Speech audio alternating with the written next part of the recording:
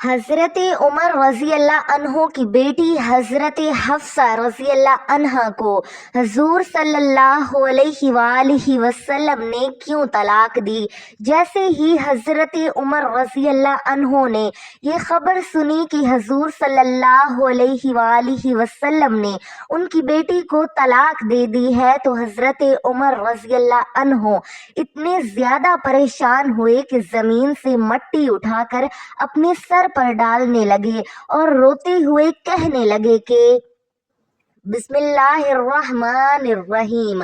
ام المومنین حضرت حفصہ رضی اللہ عنہا کے والد امیر المومنین حضرت عمر بن خطاب رضی اللہ عنہ ہیں اور ان کی والدہ ماجدہ حضرت زینب بنت مجون رضی اللہ عنہا ہیں جو ایک مشہور صحابیہ ہیں۔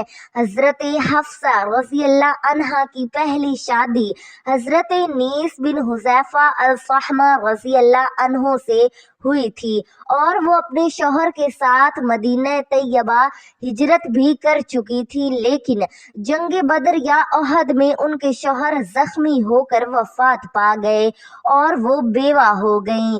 پھر رسول اللہ صلی اللہ علیہ وآلہ وسلم نے 3 ہجری میں ان سے نکاح فرمایا اور وہ ام المومنین کی عظیم شان سے مشرف ہوئیں۔